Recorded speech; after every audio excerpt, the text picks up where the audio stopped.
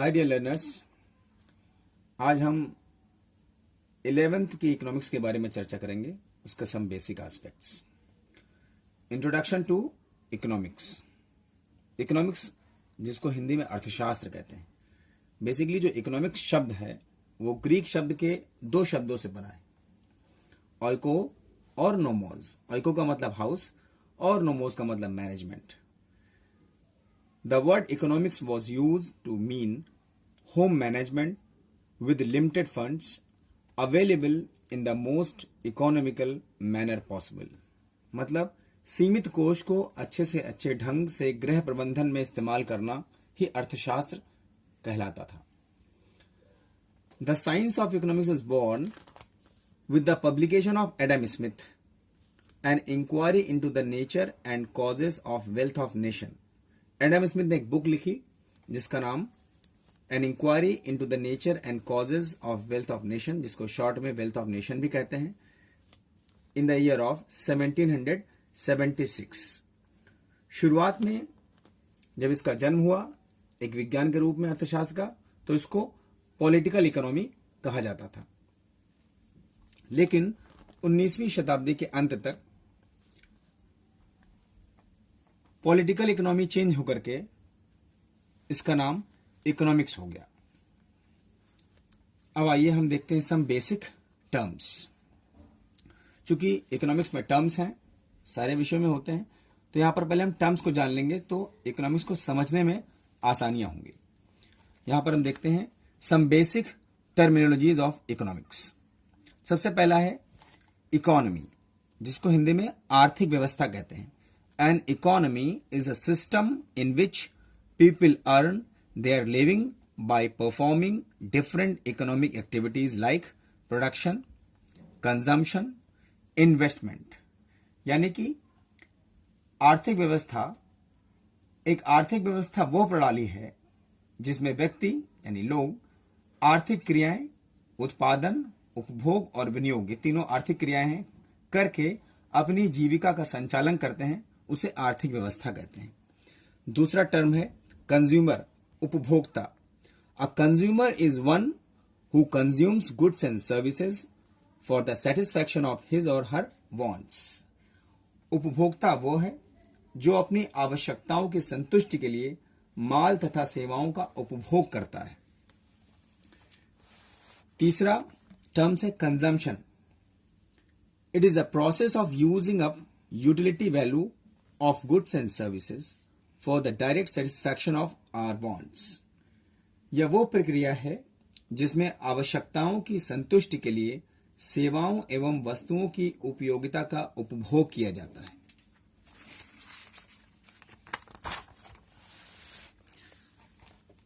Producer. A producer is one who produces and sells goods and services to generate income। उत्पादनकर्ता वो है जो धन अर्जित करने के लिए वस्तुओं तथा सेवाओं का उत्पादन या विक्रय करता है। नेक्स्ट है प्रोडक्शन, उत्पादन यानी उत्पादन करने वाला। Production is the process of converting raw materials into useful things. Things become useful as they acquire utility value in the process of production. यानी उत्पादन ये वो प्रक्रिया है जिसमें कच्चे माल का परिवर्तन करके उसको उपयोगी बनाया जाता है। उदाहरण के तौर पर जैसे मान लीजिए हम आपको मिट्टी दें 1 किलो और कहें कि आप खरीद लीजिए, तो आप नहीं खरीदेंगे क्योंकि उसकी आपकी आवश्यकता नहीं है। लेकिन अगर उसी मिट्टी में हम प्रोसेस करके स्किल डाल करके अगर हम खिलौना बना देते हैं तो आप उसे बाजार में खरीद लेते हैं। यानी उसके अंदर एक यूटिलिटी क्रिएट हो जाती है, उपयोगिता आ जाती है। इसी को उत्पादन कहते हैं। Now saving, it is that part of income which is not consumed। आय का वो भाग जिसे खर्च नहीं किया जाता है उसे हम बचत कहते हैं, सेविंग कहते हैं। Investment, it is expenditure by the producers on the purchase of such assets which help to generate income। Hindi में इन्वेस्टमेंट को विनियोग कहते हैं। जब एक उत्पादनकर्ता विक्रेता आय अर्जित करने के लिए कोई संपत्ति खरीदता है तो उसे विनियोग कहा जाता है। संपत्ति के विषय में दो बातें जानना बहुत जरूरी है। संपत्ति खरीदने वाले पर संपत्ति पर उसका मालिकाना हक हो जाता है, यानी स्वामित्व, ऑनरशिप, और संपत्ति से उसको दीर्घकाल में लाभ पहुंचता है। नेक्स्ट टर्म है इकोनॉमिक एक्टिविटी, यानी आर्थिक क्रियाएं। It is an activity which is related to the use of scarce means. ऐसी क्रियाएं जो सीमित संसाधन से संबंध रखती हैं आर्थिक क्रिया कहलाती हैं। नेक्स्ट टर्म है स्केर्सिटी, यानी अभाव। Means are always scarce in relation to our wants. जैसे कि मैंने बताया, needs and wants are unlimited. हमेशा से मानव की आवश्यकताएं अत्यधिक होती है, बल्कि अनलिमिटेड भी होती हैं और मल्टीपल भी होती हैं, और उसको पूरा करने के लिए रिसोर्सेज हमेशा हमेशा सीमित होते हैं। यहीं से प्रॉब्लम ऑफ चॉइस क्रिएट होता है। नेक्स्ट टर्म है व्हाट इज इकोनॉमिक्स। अब अर्थशास्त्र क्या है? तो अर्थशास्त्र के बारे में कहावत कही जाती है कि जहां पर 6 अर्थशास्त्री एक साथ बैठते हैं, 7वां नया डेफिनेशन बन जाता है। तो बहुत सारे इकोनॉमिक्स ने डिफरेंट एस्पेक्ट से इकोनॉमिक्स के डेफिनेशन दिया है। हम यहां पर कुछ चर्चा करेंगे। Economics is the welfare theory of our economy, यानी इकोनॉमिक्स एक कल्याण रूपी थ्योरी देता है हमारे आर्थिक व्यवस्था का। एडम स्मिथ ने कहा, जो एडम स्मिथ का जो मेन फंक्शन था स्टडी का, वो वेल्थ था। एडम स्मिथ ने कहा कि economics as a science of wealth, यानी धन का विज्ञान। उन्हीं के बाद के जनरेशन के एल्फ्रेड मार्शल ने इनकी वेल्थ के डेफिनेशन को कुछ कमियां मिली, अध्ययन किया, तो उन्होंने एक नया अप्रोच दिया, वेलफेयर डेफिनेशन। एल्फ्रेड मार्शल ने अपनी book the principles of economics 1890 में लिखा। उन्होंने लिखा, economics is a study of mankind in the ordinary business of life. It enquires how he gets his income and how he spends it. Thus, it is on the one side a study of wealth and on the other and more important side a part of the study of man. यानी martial के अनुसार अर्थशास्त्र सामान्य जीवन में मानवता का अध्ययन करता है। एक तरफ तो ये पड़ताल करता है कि व्यक्ति धन कैसे कमाता है तथा उस धन को कैसे खर्चा करता है। ये अध्ययन का एक पक्ष है मार्शल का। दूसरा पक्ष जो कि बहुत महत्वपूर्ण है, अर्थशास्त्र मानव का अध्ययन करता है। यही मार्शल का वेलफेयर कंसेप्ट सामने निकल के आता है।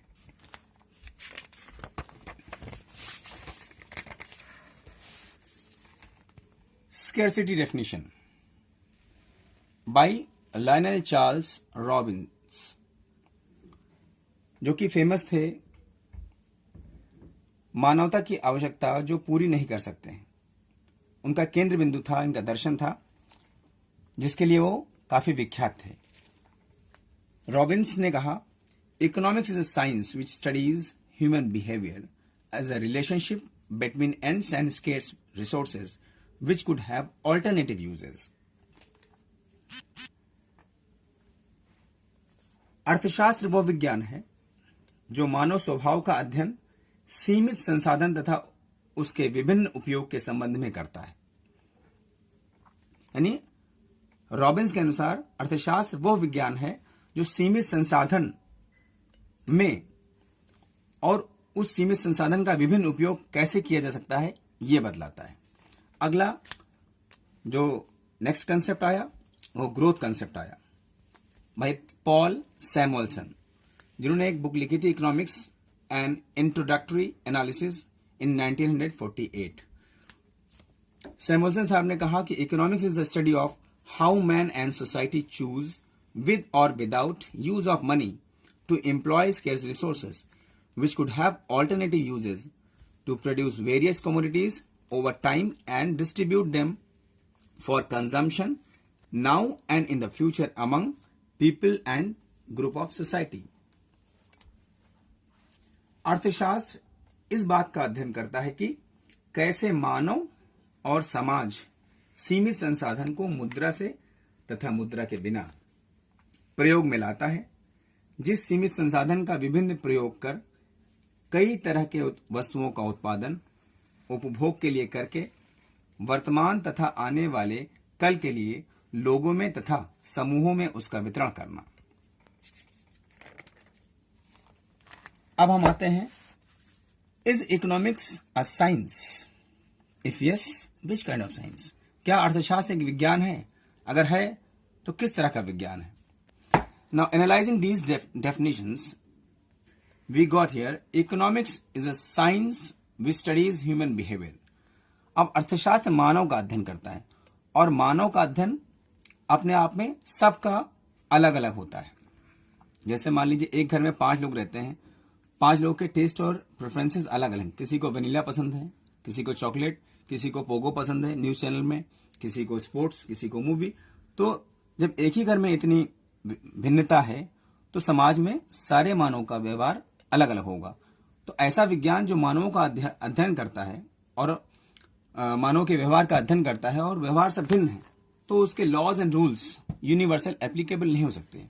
तो हम कंक्लूडिंगली कह सकते हैं, economics is social science which studies human behaviours, that's why its rules and laws are not universally applicable because of different climatic, taste, religious, social, atmospheric differences. Concludingly, economics is not a universal science. It's a social science. अब यहां पर science का मतलब भी समझना बहुत जरूरी है। इकोनॉमिक्स एक सोशल साइंस है, लेकिन पहले हम साइंस का भी मतलब जानेंगे। Science is the systematised body of knowledge which creates relationship between causes and their effects. विज्ञान ज्ञान की सुव्यवस्थित शाखा है जो कार्य और कारण में संबंध स्थापित करती है, इसी को विज्ञान कहते हैं।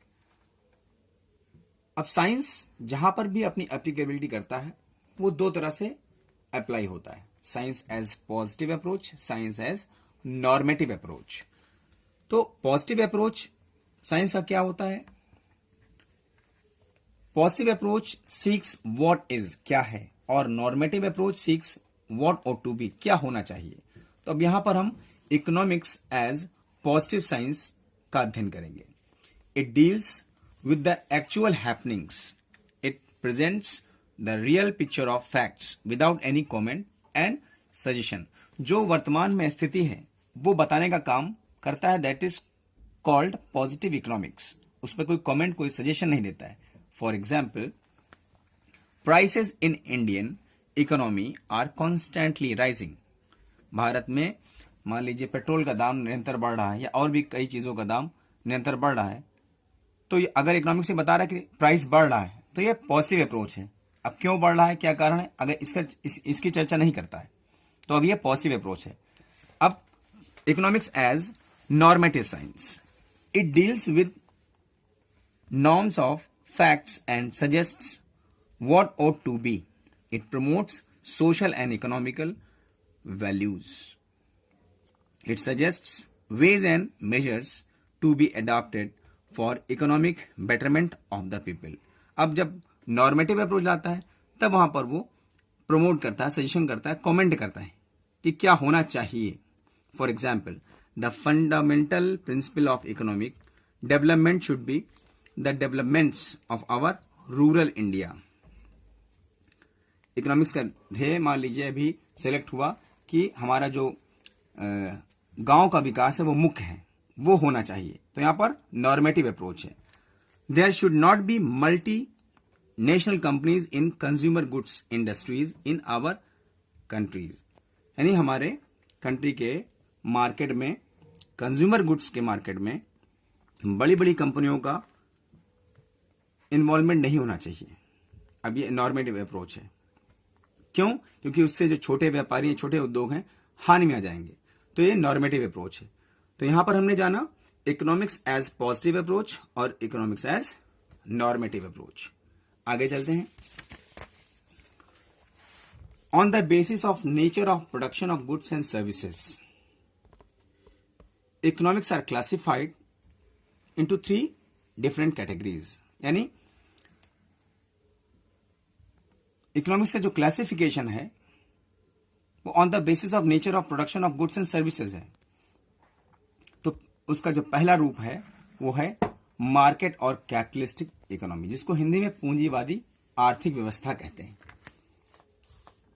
The economy in which all goods and services are produced by private sectors.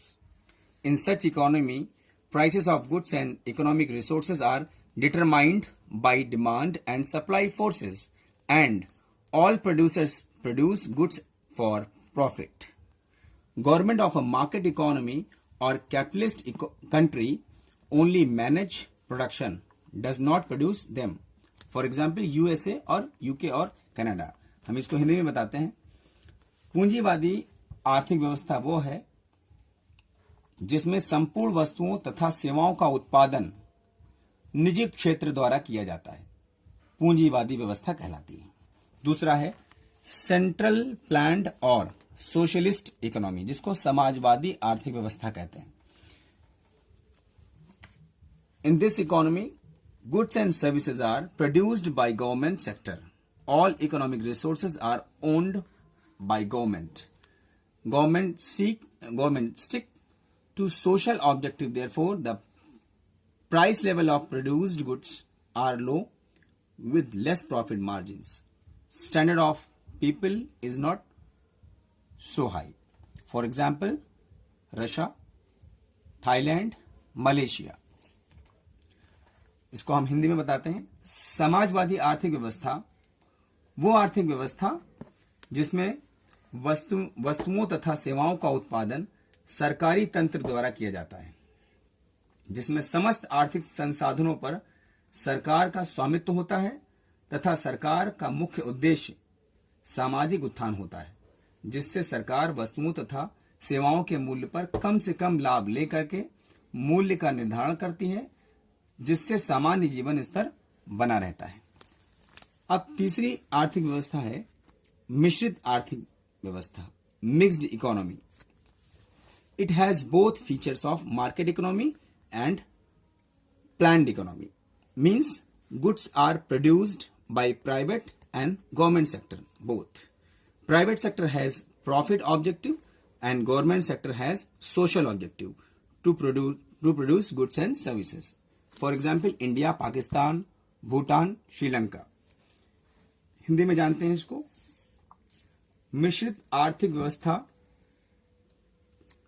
वो है जिसमें पूंजीवादी तथा समाजवादी आर्थिक व्यवस्था का मिला रूप होता है। मिश्रित आर्थिक व्यवस्था जिसमें वस्तुओं तथा सेवाओं का उत्पादन निजी क्षेत्र तथा सरकार द्वारा किया जाता है। निजी क्षेत्र का उद्देश्य लाभ कमाना होता है तथा सरकार का उद्देश्य वस्तुओं तथा सेवाओं का उत्पादन कर समाज सेवा करना होता है। तो आई होप ये वीडियो पसंद आएगा आपको। इस चैनल को सब्सक्राइब करिए, वीडियो को लाइक करिए और चैनल पर यूं ही बने रहिए। आज के लिए बस इतना ही। Thank you very much.